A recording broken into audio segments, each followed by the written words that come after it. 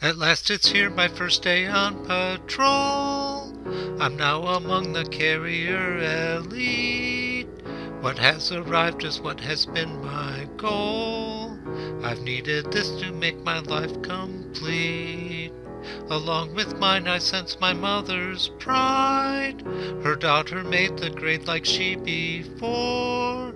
We're like with like, we're walking side by side. The doubt that we'd be so exists no more. There's but one trouble that disturbs this scene. The candidate who didn't get the news. We both knew the committee had to screen. It still hurts that my good friend had to lose. Through my success another lost her chance. I should not waste time on the weak, I'm told.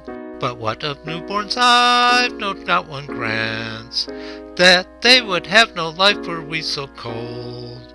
Is there a way to split myself apart, to sort my fellow canisters by age, one attitude toward those at the start, and quite another for those at my stage?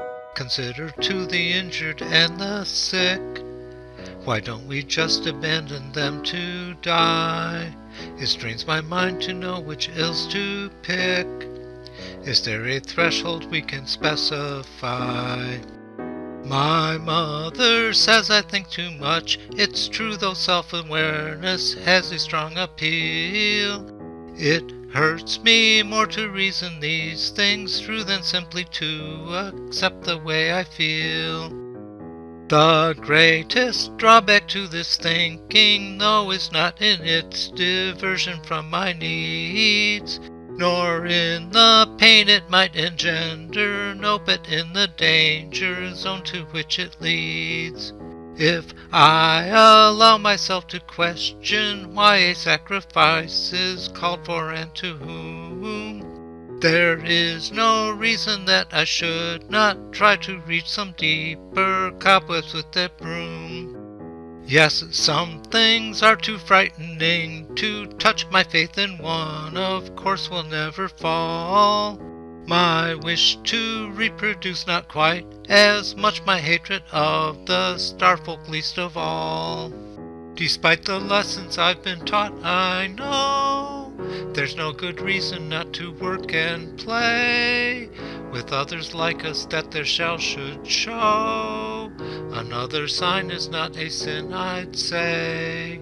The wisdom is they worship one a way that differs from our own in some respects. But why not let them pray the way they pray, while we pray ours and show them who connects? 'Tis said the learners would become bemused were they to watch the worship from without.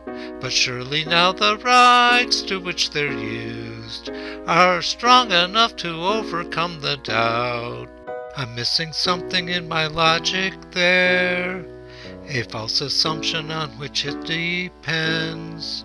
In any case, I'm not supposed to care, so every time that thought begins, it ends. With that, I'll let the starfolk do their best to live without my help and sympathy. But that still leaves my friend who failed the test. Has she some sort of moral claim on me? And now I see her waiting with a mien of fierce resentment and obduracy. She's calling for a fight, she is not keen to keep our old familiarity. Is she insane? How could she not realize she has no reason, not one that is sound? The law is clear, no anger justifies such violence against a fellow pound. How can I take this challenge if I win? I'm labeled as a monster if I lose. I'm nothing more at all if I give in. I've let my mother down, how can I choose? My mother is no help, is in the past. She's leaving it to me to make the call. If I don't learn to think, I shall not last. Some thoughts are all the time, some not at all.